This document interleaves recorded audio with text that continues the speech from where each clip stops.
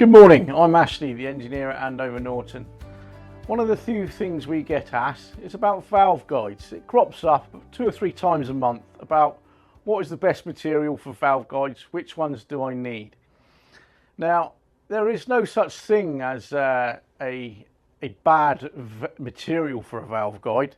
They will all do the job.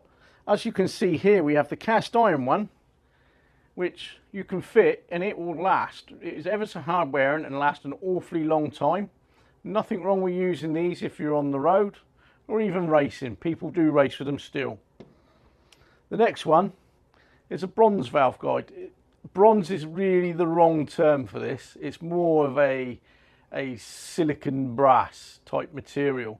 The material we use, and it's used by many other people in the business, is CW713R.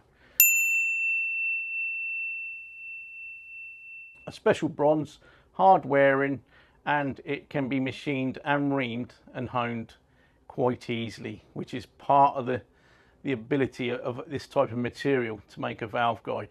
There are materials out there that will machine but won't ream. So they look good on paper to make a valve guide, but they're not the ideal material. And then we come to something I found in the workshop.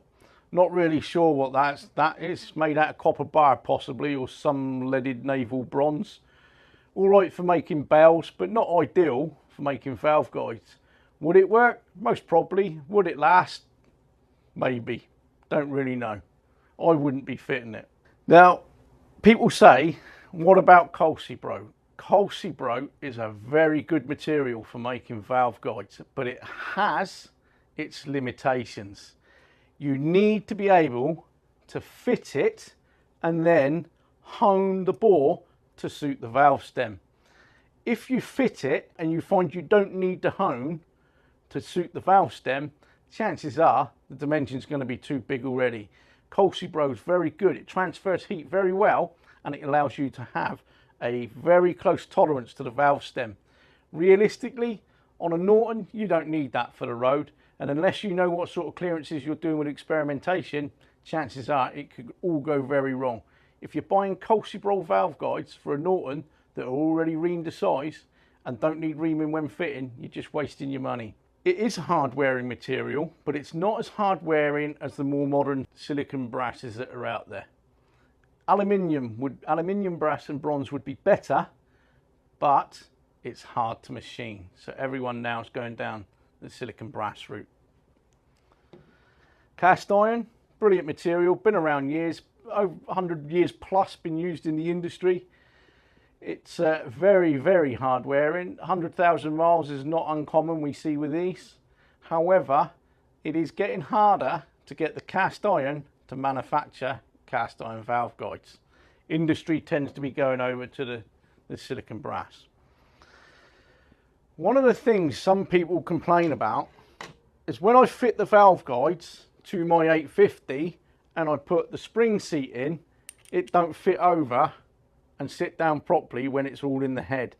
There's very good reason for this, because Norton, in their wisdom, when they introduced the 850, insisted that you put heat insulators around the valve guide and then put the valve spring seat on top, which sat on the actual heat insulator. Some people see no need to run with a heat insulator on the inlet side under the spring cup. I don't, but then the problem arises that your spring cups sit on the guide and not on the head.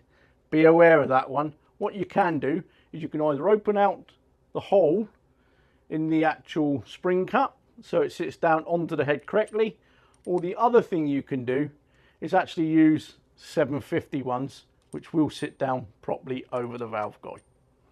Bear that in mind when you're having valve guides changed, to make sure that your inlet spring cups sit down properly.